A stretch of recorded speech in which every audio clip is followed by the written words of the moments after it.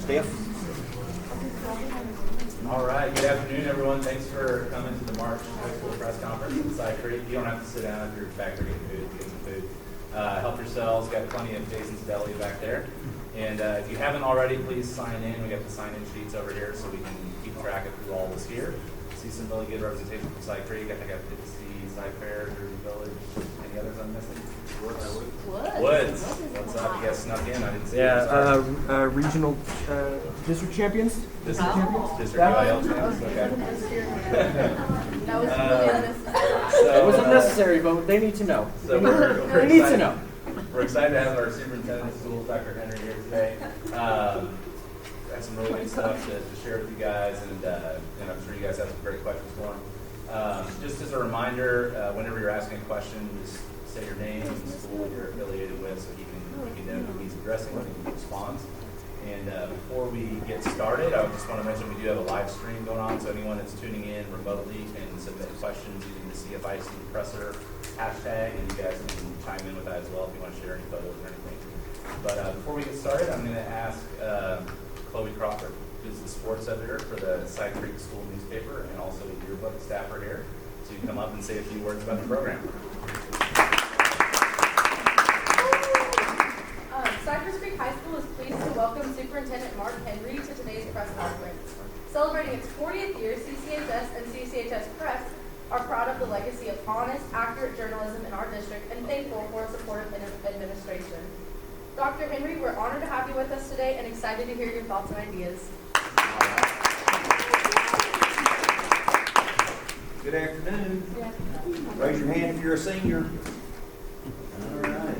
I was, a lot of you are seniors. I was talking to a group of parents last night, and I was telling the parents, I said, you realize it's only 2 months till graduation. And then I got thinking about it, and actually it's less than 2 months until graduation. So it's, I think, I heard y'all say Cypress Creek graduates on Friday night. Isn't that right? Well, we start graduation for our regular campus is 8 weeks from tomorrow. So for those of you who are seniors and have been the last 13 years in public schools, whether it's Cypress Fair or here and other places, congratulations. Well, I say congratulations, I'm assuming you're all going to make it. So I hope I see you in about 8 weeks. Yeah, keep fingers crossed. Just don't let senioritis take over and say, hey, this is a good idea, and do something where you don't get the wall. Because that, believe it or not, that happens every year. Somebody will make some dumb decision late in the semester after they've gone to school for 13 years, and grandma and aunts and uncles and everybody's coming to graduation, and then they don't get the wall because they do something dumb. But I know, Joel, that this group would never do that. No. Do that, right? Absolutely not. Well, my name's Mark Henry. I have been an educator for 36 years. I was a public school student my whole life growing up. I had the very, very fortunate situation in that my father is actually a minister. I actually pastored a church. So it's very unusual for preacher's kids to get to stay in one school system their entire 12 years. But that happened for me. I moved to a town, started first grade there, and got to graduate, which was really a blessing. And my own children did not get such the same opportunity I did. But then I went to college. I graduated from the University of Texas at Arlington, between Dallas and Fort Worth, with my bachelor's degree in secondary education, and started teaching. And most superintendents, that's the path they go with. They start teaching, and then they go into campus administration, assistant principal, and then the superintendents. I was very fortunate. I had and still have a very supportive wife who was willing to follow me around over the last, we've been married 35 years now, over the past 35 years, and helped me to get to a place like Cypress ISD. Just a little bit more about me. I got my master's and my doctorate from the University of North Texas in Denton. Most of my adult life was spent in the Dallas-Fort Worth area or just outside the Dallas-Fort Worth area. I moved to Houston in 2004, and I was superintendent in Galena Park ISD, which they had two high schools, Galena Park High School and North Shore High School, which you may have heard of because Cypress Creek participates or plays against North Shore in athletics and other activities. So I was there for 7 years, and I was very fortunate in 2011, July 2011, being hired by Cypher ISD. So I'm about to complete my 6th year. Time really does fly. So when those of you who are seniors, when I arrived, I guess you were 7th graders, somewhere along that line. So time does really get by very quickly. I have 3 children.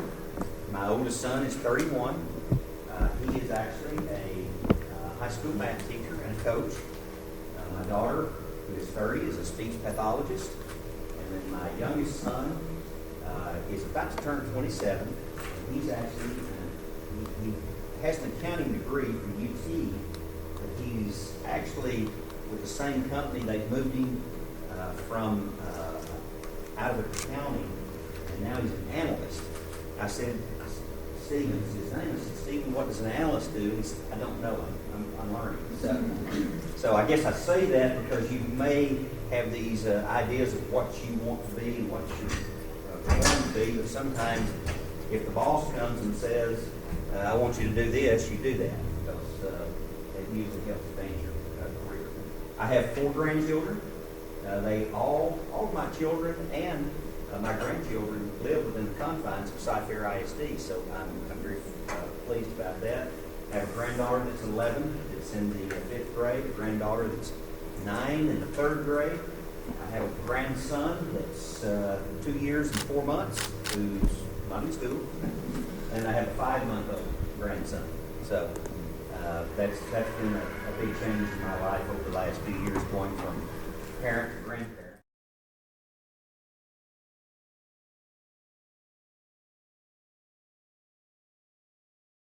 I need to give up. I'm trying to think if there's anything else that you would want to know about me. As Ms. Berry said, I don't know what they're going to ask. I said, I've been asked everything. That's going to bother me. But I am glad to be here. I'm proud of Cypher ISD. I tell everyone it's a destination district. I think in my profession, and I think most of these people would say the same. Cypher ISD, whether it's retiring, resigning, being fired, whatever it might be, this is my last job in education, because I don't think there's a better job than this one. So, having said that, and this being a press conference, I'll open it up to questions. I saw your hand. So please shout out from Cypress High School. I just real quick, you said that you amassed basically everything, right? Pretty much. Well, I'm just wondering, you got awarded HEB Excellence Education Award. I'm just wondering, did that entail discounts? No, actually it was a district. Cypher ISD received that award in 2012, is that right? You lose track of time, I think it's 2012 that the school district, HEB is a strong supporter of public education. Charles Buck, who's the CEO and owner, very, very big supporter of public ed, very big supporter of students in public ed. But they have this award deal, and they have best small school in Texas, best large school district in Texas, and then they'll have a teacher of the year at the elementary, middle, high school level, all of those things.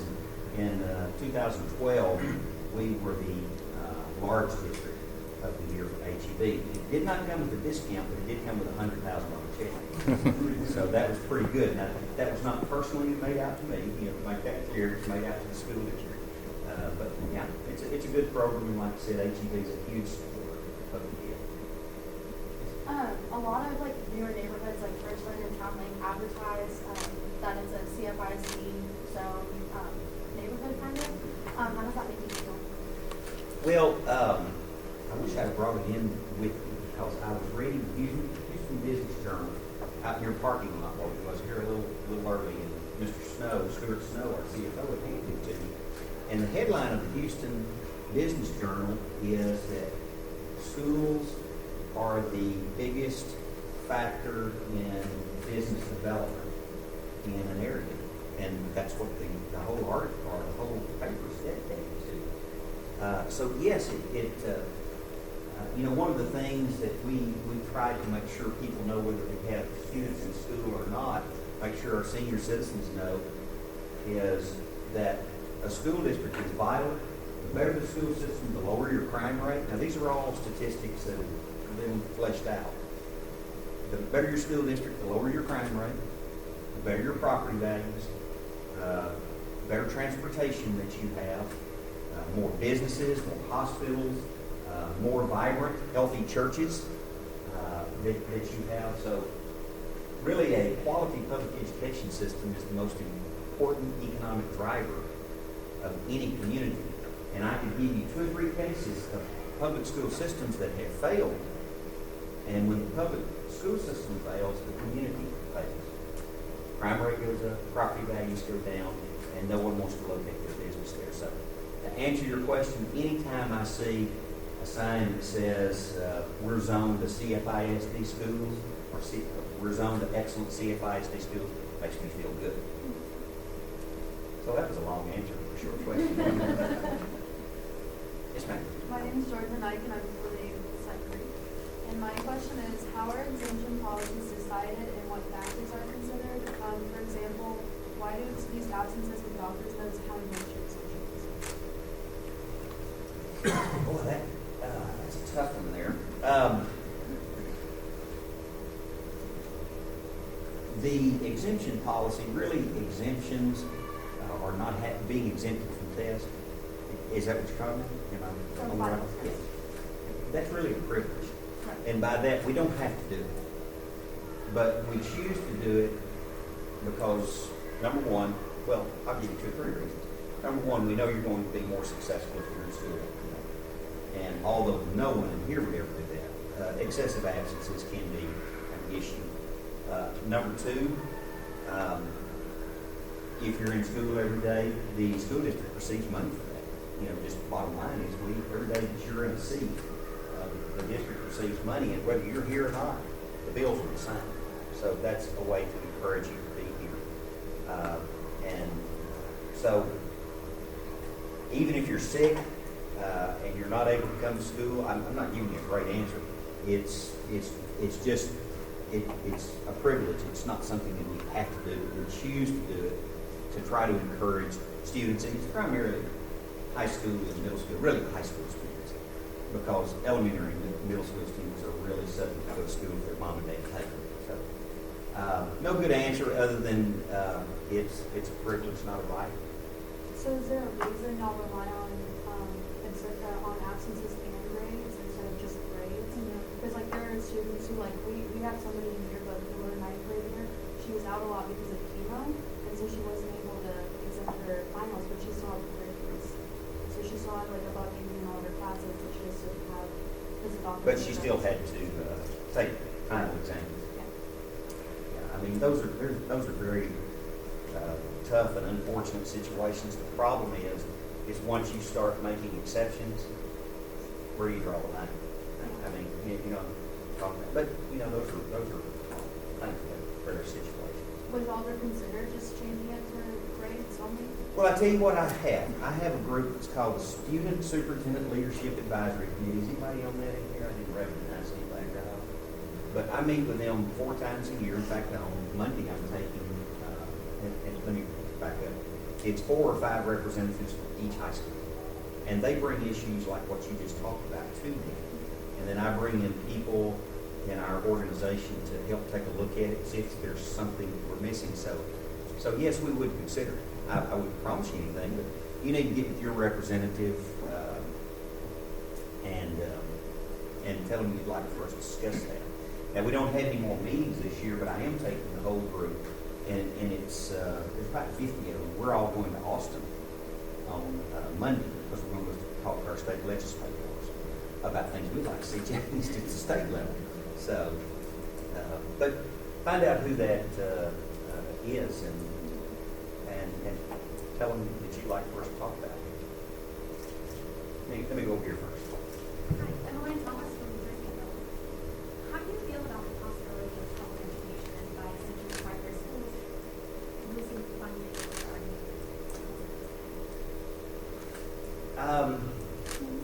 I don't like it. You know, believe it or not, although the federal government is huge, federal funding is a very small portion of our budget. The majority of money comes from local property taxes and state money. In fact, in total federal dollars, we probably get 4 or 5% of our total budget. Now, 4 or 5% of Cypher's total budget is still $40 or $50 million. But it's small in comparison to the big pot of money, and we don't feel like we're going to cut it all out. Certainly, the focus of this current administration at the federal level and the new Secretary of Education is more on private school vouchers, maybe charter school focus, which obviously we're not crazy about that because over 90% of all students in this country and 97% of all students within Cypher ISD boundaries are educated in public schools. So my thought is, shouldn't be concentrating on the 50-something million students who are in public schools as opposed to the other student number. So it could cause us problems, but you know the biggest problem that comes with that? It's a president or a governor or somebody in political power like that. Y'all ever heard the term bully pulpit? Where they just constantly disparage organizations, institutions. I think that causes more harm than even cutting money. That makes sense. I'm Maria from Cypress Creek, and are there any departments that you believe need more funding? Well, we are the lowest funded school district in the state of Texas per student. Most people don't know that. We receive less money than Houston, Tomball, Haiti, anyone around. And so the system of funding of public education is not real fair. So I'll give you an example. Tomball gets $1,000 more per student than we do.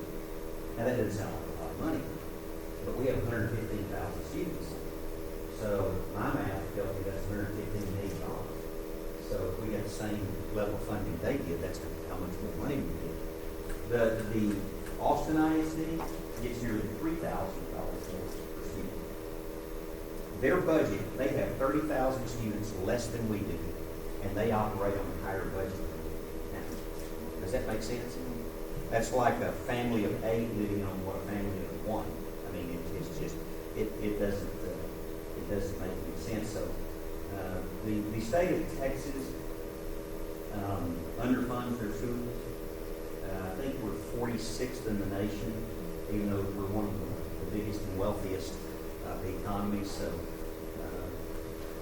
you'll hear a lot of your state leaders talk about the importance of education. But again, the focus of the state over the past 2 or 3 years has been on that tiny sliver of people that go to private schools and charter schools, because the vast majority of them go to public schools. In fact, all the charter schools that are in our district and around our district, they get more money per student than we do. So there's a lot of unfairness with it. In my mind, certainly we can use additional funding. Every year, it's from year to year, as your principal will tell you. Some years we'll say, okay, we can add a few staff members this year. But this year we're saying, we can't hire anybody. I mean, we're really kind of frozen. We got to stick with what we got except for growth. That's not all we can say. Our district does a great job with funds that we need to go. We've been number 1 or number 2 the past 4 years in academic achievement and economic, or not economic, financial, what's the word, Joe? I went blank. Efficient. Financial efficiency.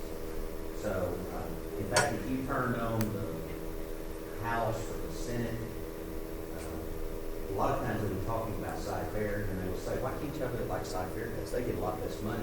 And I'm saying, okay, get less money. Y'all just said that. Why won't you give us the same money? But they use us to brag on because we do a whole lot with less money. Yes, sir. Been here with seconds. The past couple of days we've seen Donald Trump roll back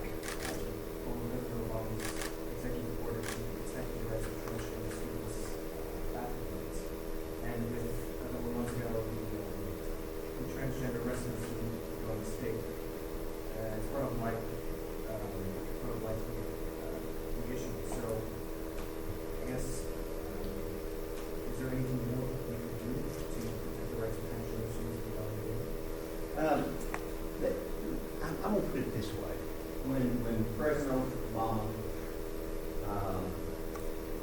issued the executive order, we didn't change one thing we were doing. When Donald Trump changed it, we didn't change one thing we were doing. And the reason is because I think this district, I know me personally, we're going to make accommodations and we're going to be accepting of all students, whether they be transgender, gay, lesbian, whether they have purple hair, whether they're not legal citizens. In fact, people say, what do you know about illegals going to your school? Well, number one, we're not even legally allowed to ask. And number two, I have a responsibility to make sure that all students feel safe and secure. Now, I'm not sitting here telling you that we succeed 100% of the time, but that is our goal. And my personal philosophy is if you live in Cypress Creek ISD and you're of school age and you're eligible to come to school, we're going to treat you right. We're going to provide you a safe environment. And we're going to make accommodations for whatever you're going through. Something that I told our leadership team the other day is there's a lot of things in life I really don't understand, but they exist. And there are a lot of things that students and adults are going through I don't understand. But I don't know that it's my job to understand. It's my job to make sure that those people feel safe and comfortable and secure in our schools. So whether it be a student or an adult, we're going to do whatever we need to do to make those people feel valued and safe. Yes, ma'am. Hi, I'm again from Cypress Creek. So you say you're going to do whatever you need to make those transgenders, Yeah. feel safe. So what about like, can you be more specific? Like, what exactly are you doing? Like, say the bathroom thing, that's a big thing. What are you going to do to that? Are you going to keep it the way it is? Are you going to? I get asked that a lot. People say, what's your policy on transgender or anyone else going to the restroom? And we don't have a policy because our overriding policies that we have that govern the district take care of that, and that we make accommodations to make sure people feel safe and comfortable. And I can tell you, although I know we have transgender students in our school district, we don't have bathroom monitors. I mean, if you know what I'm saying? I mean, I don't know. I don't know who's transgender and who's not. So, but we want to make sure that those all students feel safe. So I don't think there's a policy necessary. I think the policy is one that, to me, is common sense, and that you try to make sure people feel safe and secure, and no one's put in harm's way, whether it be the transgender person or the non-transgender person. So I can tell you, I've been superintendent 26 years. We've never had one assault, one issue related to transgender students being in a restroom. Oh, I'm not telling you there's never been bullying. I don't know of a case right off, but I'm sure that has occurred. But you know the thing that I have found, and see if y'all agree with me on that, on this. Take my grandparents. They viewed the world, and they viewed people that were not like them a lot differently than your parents did. And since I'm too old to be your parents now, but my parents were better than my grandparents, more accepting. I'm better than my parents, I think, when it comes to accepting. My children, they don't see color. They don't see sexual orientation. They don't see anything like that. So can you imagine what their kids are going to be like? More accepting of people. The fear is gone. But you got to remember, when I was growing up, and even in Texas, there was still segregation in schools. My school was segregated until I was in the 5th grade. So now you say, of course y'all would say, y'all know how old I'm 56. That's not that long ago. You know, that's 45 years ago, something like that.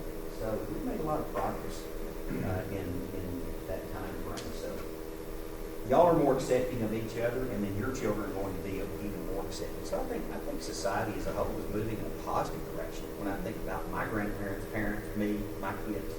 So don't y'all feel that way? Y'all are not scared of stuff that maybe your grandparents might be, because your grandparents aren't familiar with it. They haven't seen it. more money, more funding to have more staff members. That would be more money for a teacher or Well, for more. we have 90 campuses. To go retrofit 90 campuses with just, let's just say, individual bathrooms would be extremely expensive. In fact, it would run into hundreds of millions of dollars, I'm sure. I hope we never get to that point. Because again, maybe Ms. Smithhouse's experience, it's really never an issue for us. I've dealt with some transgender issues since I've been superintendent here, but none of them have been negative. It's just making accommodations for those that would like accommodations. So it hasn't been a negative problem. Yes, sir. You mentioned you changed something with President Obama's executive order. I was just wondering what it was. No, we didn't change anything. Is that what? I may have misstated. What I was saying is when President Obama issued the executive order, we kept doing exactly what we were doing already, which was taking care of students. And then when the current president reversed that, we just kept doing what we're doing. Because what we were doing was respecting students, respecting adults, and the differences that they have. Since I know we're going to talk to the state legislators on Monday, what topics are y'all going to take for them? Great question. We're not going to talk to them about any. The students are not going to talk to them about any issues. In fact, I asked the students not to talk about any of the big issues that we as school leadership are pushing, such as school finance, testing and accountability, calendar start date, none of the issues like that. But I said if the legislature, number one, I wanted to see how diverse and what a great group of young people he had inside their IC. They're a great representation of this district. So I want to see that whatever they hear about public school students is not true, because a lot of our legislators homeschool or private school their children. And I want them to see that students that go to public schools are just like their kids, where students are students. I taught in private school 2 years. I know that. I know that the students in private school, it was a private Christian school, that students in the private Christian school got into the same kind of issues that public school students get into, because again, students are students. So what I want them to do, number one, is I want the legislators to see what great young men and women they are. And number two, if the legislators ask them, what can we do for you? I want the students to speak from the heart, just like y'all are asking me questions. Maybe they'll have a transgender question. Maybe they'll have a question of, why does Tomball get more money than Cy-Fair? But that's not the go. But there probably will be some questions about what's the purpose of all these high stakes tests. Some of those kinds of things probably, because I know this is an extraordinarily bright group of people, that you say, stock test is a waste of time. It's like tax. Y'all probably don't get right. You've heard of it, okay. Okay, and Ms. Nookhouse can tell you, we've been through tab, fee, cost, tax, and it's all. Did I miss one? I mean, we've had all kinds of iterations of testing. I just want the students to talk to our legislators about issues that are important to them. The first year I was here, I had 50 because this group, we really, I want these students, when they meet with you, to talk about grade point average, how that's, how are ways that we can improve that, safety, security, how are ways that we can make them feel more safe. The first question I got the first year I was here was, how come they only give us 12 tater tots? I said, well, I don't know, but I'm not sure I can help you with that. And the follow-up question was, yeah, they only give us one stinking packet of ketchup. I said, well, I'll work on that. But that is important. You don't have ketchup for a tater tot. It's just not the same. Yes, ma'am. Hi, Emily Thomas from Jersey Village. So with the various social movements that we have around the country, how has the quality of education been impacted with police presence on campuses? I don't think it's been affected a great deal. It appears to me that the students and the staff, primarily in our secondary school, because that's where we have a police station full-time. It seems like the police officers and the students have a great relationship. They get to know each other. They just kind of become one big family. So luckily, and there's 2 months left of school, we talked about, we haven't had a major dust-up with students and police officers any more than you would ordinarily. You know, someone brings a weapon to school or shows up and they got their mama's Xanax or whatever the case may be. That happens every year. So we haven't had a major issue from a school standpoint that I'm aware of. Now, again, our high school principals may experience things that never make it to me. I know that might be a better question for your campus principal, but we haven't had a problem, thankfully. But I think, you know, the overriding theme that we try to set as a leadership team, whether it be at the board level, superintendent level, principal level, is that the most important thing that we can do in our district is build relationships. Because if you have a relationship where everyone has a chance to speak, their voice be heard, and they're respected, then you have a better chance of getting on. We really haven't had an issue, major issue. But I don't always sleep well at night. Every time you see one of those news stories, say, "Oh, how's this going to affect us?" Yes, sir. You talked about a lot of students these days are trying to get into the college and hospital, and that includes maximizing GPA. However, in this district, especially in the side woods, I see a lot of my friends personally who struggle through AP classes, and then we see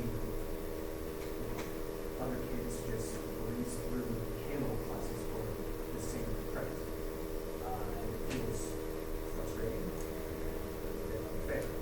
So, has this come up at all? Is this a point of attention? Yes. But let me try to explain this, not specifically to that, but an overall view. We bring this issue up every year from our superintendent student leadership advisory committee. If we have 50 students there, we may have 50 different ideas from students. So I guess what I'm saying is that students need to come to some agreement on this, because we would love for students to develop a perfect plan and then we institute it. But I promise, you go to Cy-Fair, you go to Katy, you go to Houston, you go to Tomball, everybody's probably got a different GPA plan, and there are some people, probably most people there, that don't like it. So the answer to your question is we have talked about it, and we've never been able to come to any agreement. And we do ask the students every year, what can we do? How can we make it better? Can we take it? So I know that's not a great answer, but it's an honest answer. Yes, ma'am. I'm Chloe from Cypress Creek. I'm from I know her dad. To that same note, like, how do y'all decide if a class is going to be offered K or L? Because I know advanced animal science for ag just got offered K next year. And a lot of my friends are really bummed that it wasn't this year because it's going to be very similar curriculum.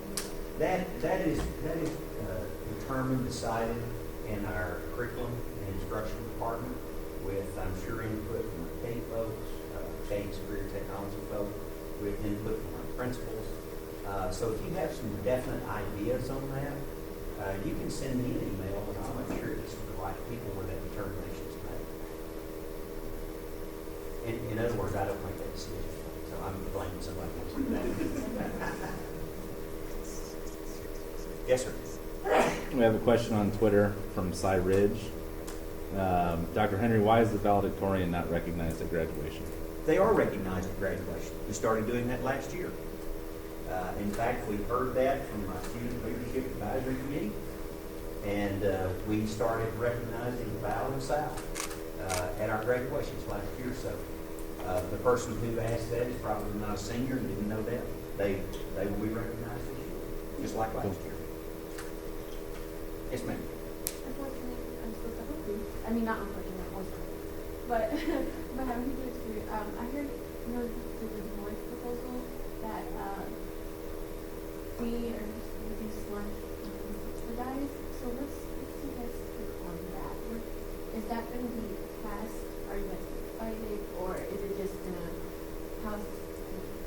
great question. That'll never get through Congress. In fact, I've made a speech for the most important federal government program related to education that ever has been implemented is the federal food lunch program. You can't, y'all know this. You cannot learn, you cannot concentrate if you're hungry. And so students that come to school that may have not had the same opportunities I did to have a good breakfast, to have a good lunch, that's extremely important. And if they did away with it at the federal level, we would have to figure out a way locally to do it because it's too important. It's not going to be fair. I promise that one is safe. I cannot imagine any politician on the far right, far left, or anywhere in between just making sure that students have access to good meals. Yes, ma'am. What are some pros or cons of the district education? Hey, good question. You're really up on your stuff there. District of Innovation was a program that was started by the legislature last session, and it was designed to give public schools some of the same opportunities or options to opt out of certain requirements that charter schools have. Charter schools don't have quite as many regulations. In fact, you can opt out of just about anything you want to except assessment and accountability testing. That's the only thing that you cannot opt out of. 3 reasons, and I hope I remember them all 3. I hope I don't have a Rick Perry moment and forget the 3rd. 3 reasons we've chosen not to do it up to this day, because a lot of school districts around us have. Number 1, 90% of school districts are doing it so they can set their own calendar locally. So whereas we're starting next year the 28th of August, a lot of schools will be starting the 21st, 22nd, along in there. We think that the legislature is going to do away with that. There's a lobby in the state of Texas. It's called the tourism lobby. And the reason we don't get to set our calendar locally is because the tourism lobby wants to make sure that all of y'all are either working or going to Six Flags as long as you can during the summer and other tourist areas. So we think that will be removed from one of the options that District of Innovation provides. So if they keep it in there, we might come back next year and try to become a District of Innovation. Although it's such a bad misnomer. How does it innovate? Move up school? That's kind of crazy to me. The second reason that we didn't do it, one of the things that I take a lot of pride in CFISD is whether you're a custodian, cafeteria worker, a teacher, a principal, a support staff in some way, or a superintendent. I feel like we really do try to function as a family, and there's some protections in the Texas Education Code for teachers. It's called Chapter 21. It's contract protections. And although this board and myself would never do anything to Chapter 21 that would lessen the protections that our teaching staff have, how about the next superintendent? Or how about the next school? So it's made me a little nervous to go that direction at this time. And if we did try to go District of Innovation next year, we would have teachers and parents and everyone involved. But if they do away with the calendar option, like I said, it's no use doing it locally.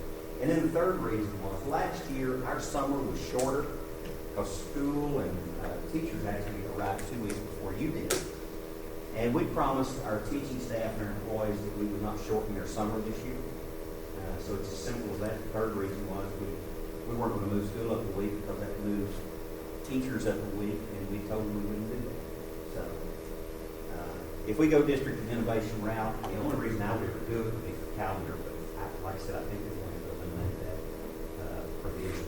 And I'll tell you, there's a little philosophical, and you may or may not want to hear this, maybe in the wrong place, but I'll tell you anyway. Philosophically, there is a movement in this country, and there's a movement in this state to discount and lessen the importance of public school students, public school educators, and public schools in general. And I think District of Innovation can be a part of that. And I just don't want to move that direction. There's talk of eliminating teacher retirement system, and your teachers, the people that work in this district, don't pay into Social Security. So the only security they have is the teacher retirement system.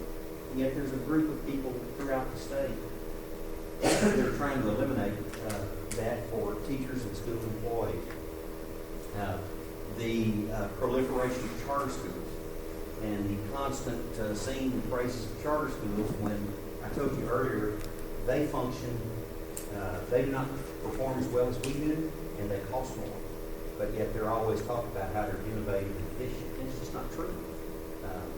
They spend 4 times the money on administration than we do at CFISD. So how is money not going to the classroom making things better for students? So mine is just a general philosophy is I'm not going to buy into that, that school is a business. We are not a business. Now, we have to function as a business on the financial side, but we're about changing lives. And I want us to be a community school. And again, I want students, principals, teachers, custodians, and superintendents to all work together. So I don't want to do anything like that. That's my sermon today. I'm a preacher's kid. I know it. It's in the blood. Yes, sir. That would be a hard one.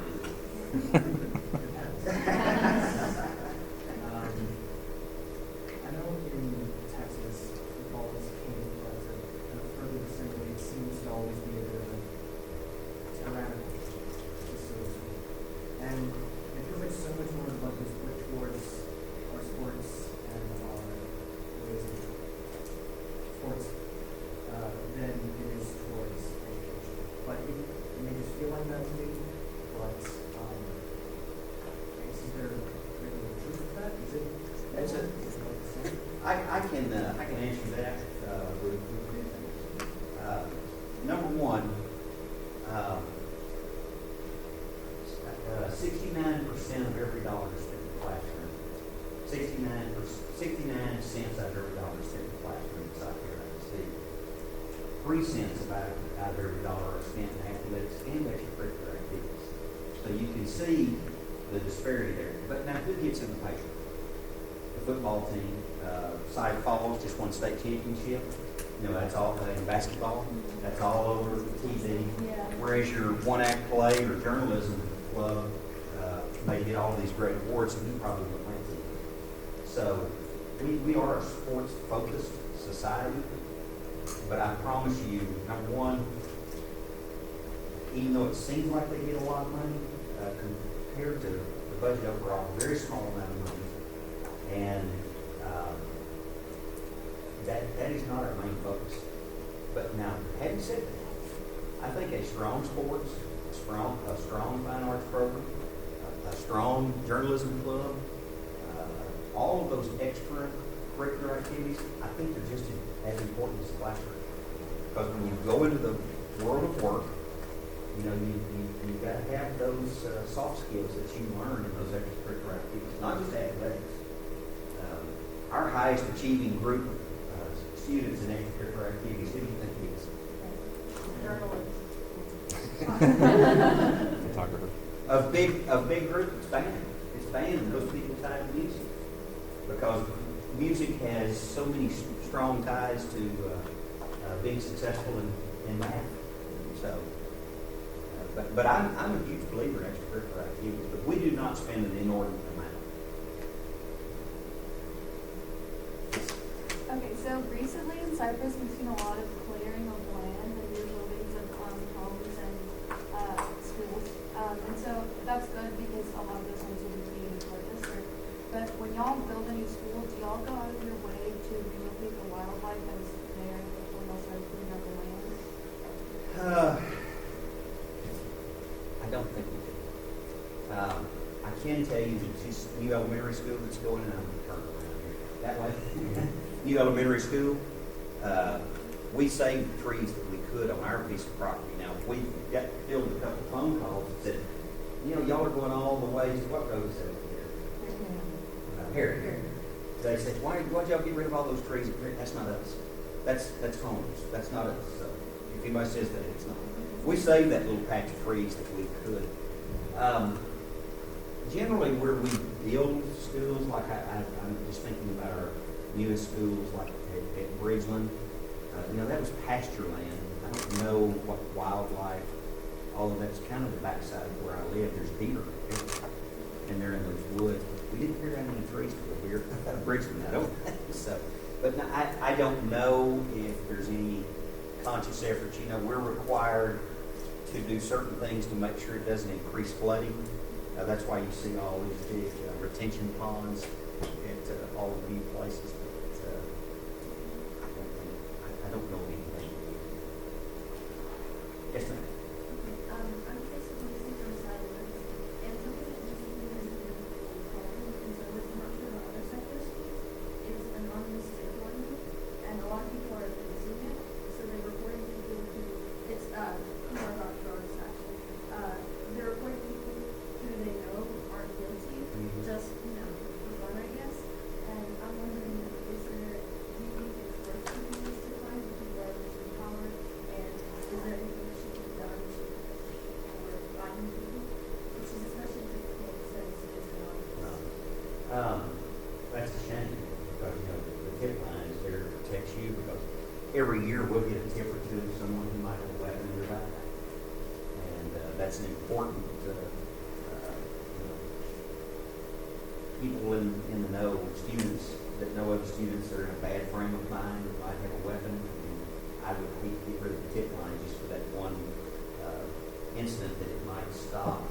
I have not heard that, but I will talk to the person in charge of the tip line and see if that's been a real problem. I haven't heard that yet, but sometimes, believe it or not, superintendent's the last one.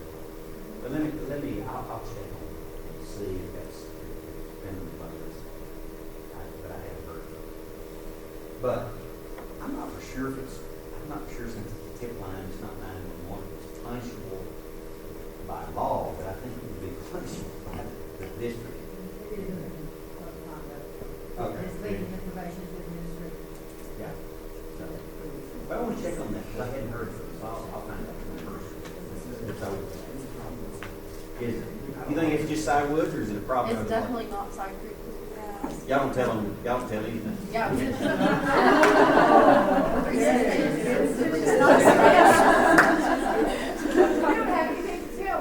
Y'all are all perfect. Yes, ma'am. Okay, so I have a question about off-campus lunch, because I know that in the code of conduct it says that technically schools can. So do you know how a school makes the decision to not withhold that, but kind of say no? Because I know personally I'm responsible enough to come back, and I would like to collect the lunch sometimes. Are you saying the quality of food produced in Cypress Creek is not?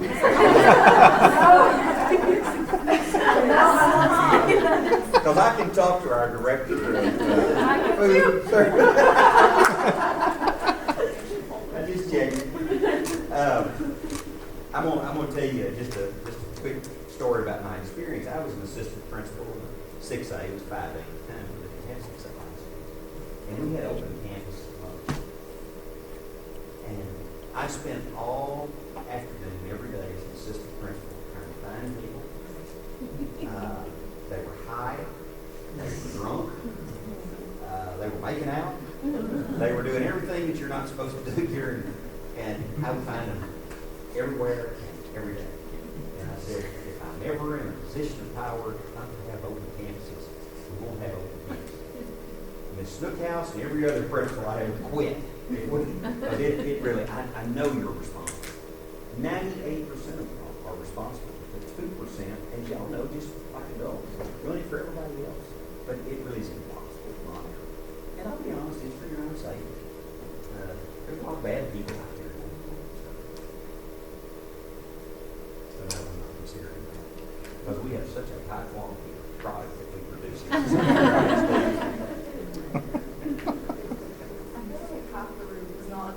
That's funny. Her dad is director of food services.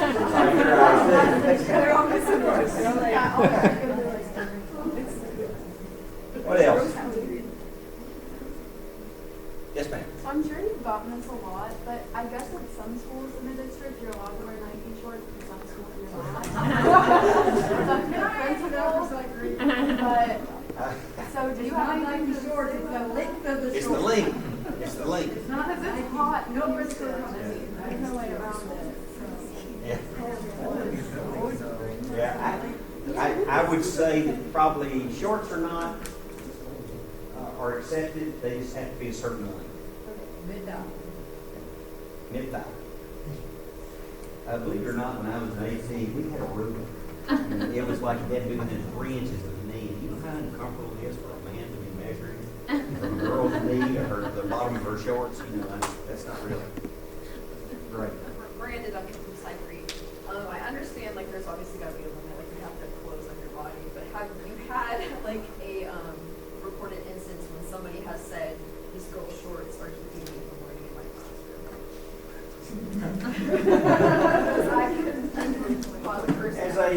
As a former teenage boy, you know, no, no one's ever said that. But you know, anything that creates a distraction. No, I understand what you're saying. Don't you think there have to be limits somewhere though? Simply because I don't care where you go to work, there will be some type of dress code. You understand? So I don't think. I mean, y'all all look nice, but it's not like y'all have on your Sunday clothes here. It's not like we have real tight dress code. That's individual principle. It's funny when a few years ago I had a German exchange student in school. I was an assistant principal, and she was just so shocked at our dress codes in the U.S. I said, "What do you mean by that?" She said, "You know, at our school you might show up in a bikini and just have a cover on because you know in between classes you might go lay out in the sun or something like that." So, but yeah, we're a little different over here. Yes, sir. Kind of on the other side of that, I know at work you have a lot of interesting looking characters walking around, so you ever feel like your dress code is maybe too loose? I'm going to be perfectly honest with you.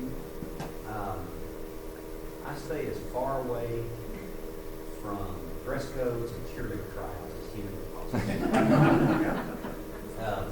I really, that's really a lot left up to the local campus. I mean, we have a district standard, but I can tell you we have 12 high school principals, now 13 including Winford, and every one of those principals is different in how they view dress code. So a lot of us, and I'm not putting pressure on just something else. It's just principal determines a lot of that.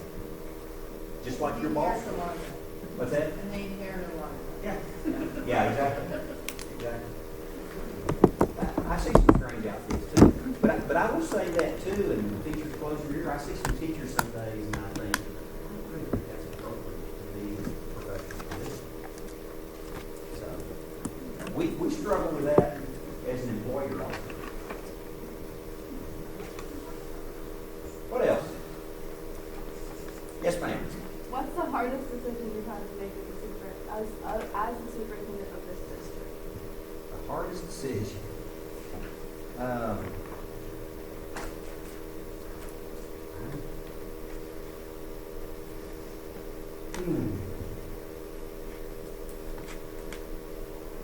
know, I'm drawing a blank here.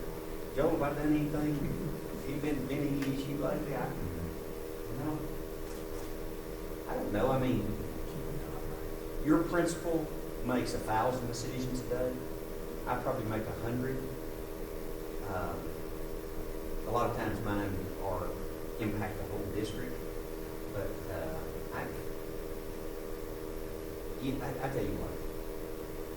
Ultimately, we have 19,000 full and part-time employees. And ultimately, I have to make the final decision on whether somebody keeps their job or not. And if it's really obvious, it's hard.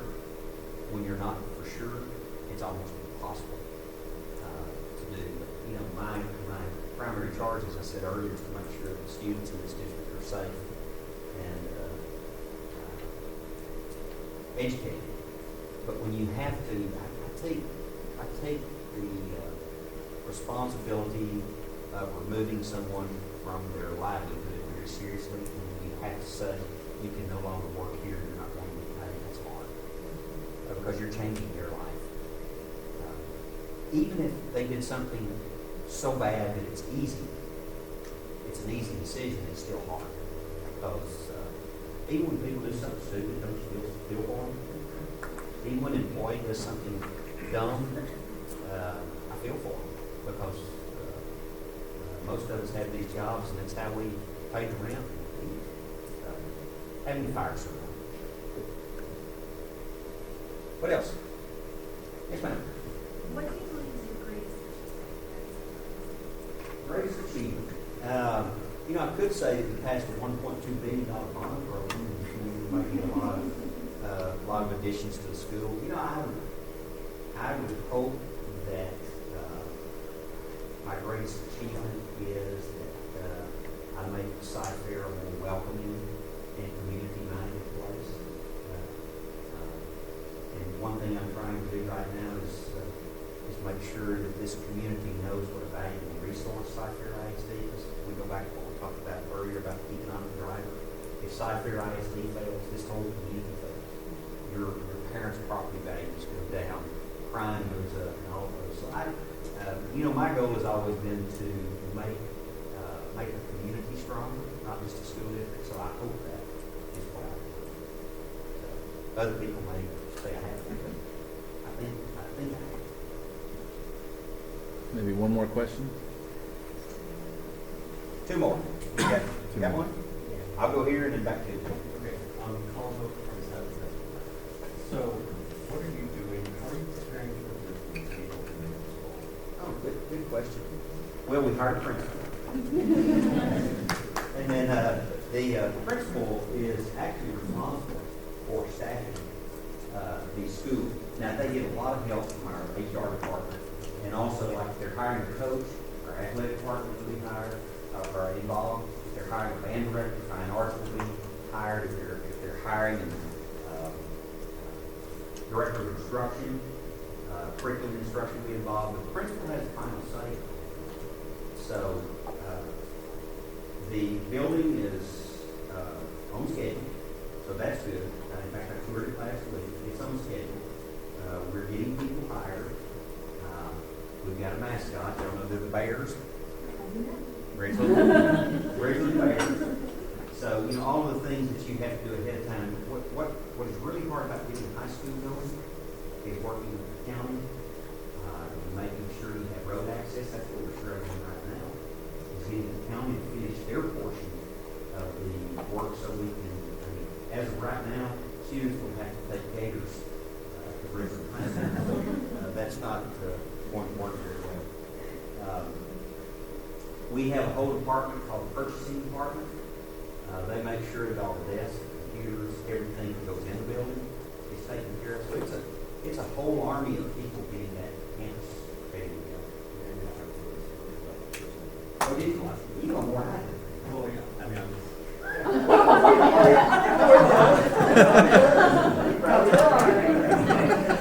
So was there something else you wanted me to answer other than what I said? oh no, that was actually. That's pretty good.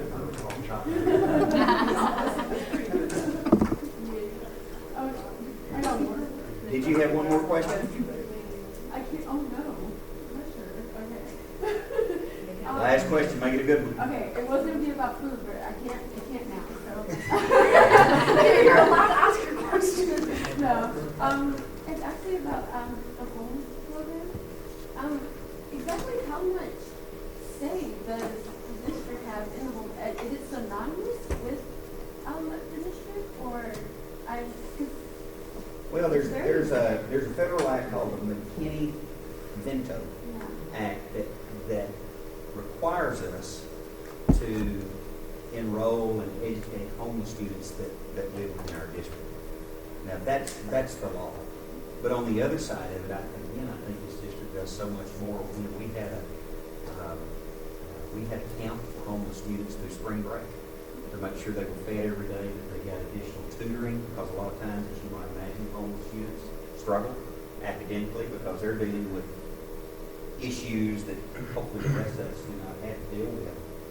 So we go above and beyond to try to make sure that we care for those homeless students. And I think that the good and bad part of that is, the great part of it is, those that are identified as homeless, they have lots of services, lots of care that we provide them. But it might be those that we don't know, or in situations that haven't been identified, that I worry about the most. Y'all heard people fall through the cracks. That's the ones that I worry about. I mean, I know y'all don't understand this. Yeah, you understand. Every year in CFISD, we will average between 12 and 15 students who pass away. Every year. And we'll have 12 to 15 staff members who pass away. So we lose 30 people in our family on average every year. And that's tough. That's tough. And not even counting people that maybe recently retired or part of the family lost. So, talking about earlier, what one of the toughest things that you have to deal with it's the death of a student or a staff member. But we try to care for homeless students. Okay, one more. Okay, what is the vision in our school district that you hope to achieve in the next 5 years?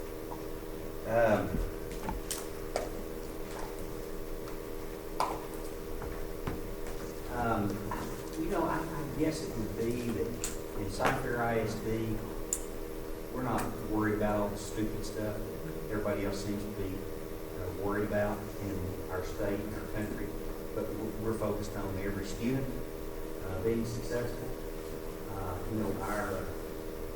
Our motto is opportunity for all, and certainly that's our goal. I know we don't bat 1,000, but our goal is to make sure everyone has opportunity. But that's not just students. That's to make sure our staff members have opportunity to progress professionally. That's to make sure that local businesses have a chance to succeed. That senior citizens see the value of CFISD and the value it brings to them, even though they no longer use our services. So I hope in the next 5 years, although I think this community is really supportive of CFISD, I hope I can help them recognize even more that without a strong public school system, this community is destined to fail. And it's not just CFISD, it's everywhere. And for those of you who are going off to college and you go into economics and you go in different areas of business, you go into real estate, they'll talk about it. A successful public school system is the most important economic driver. And I want to make sure we continue to do that. Because if we're a strong school district, the economy and opportunities are going to be good. And if the economy and opportunities are good, then the schools will be strong. A symbiotic relationship. Okay. All right, let's give Dr. Henry a round of applause. Before you go anywhere, I'm going to ask Jordan tonight, she's the yearbook editor, co-editor, to come up to the special gift.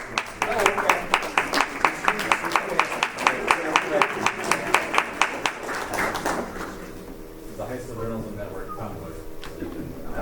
Keep some beverages in there. Guys, the video that we recorded will be posted after the stream ends, and I can send you guys that link so you can review it for notes and stuff. I want to thank Cypress for hosting. Samantha Berry, the advisor here, does a great job with the students, you can tell. And really appreciate you guys hooking us up with the food and the facility to do this.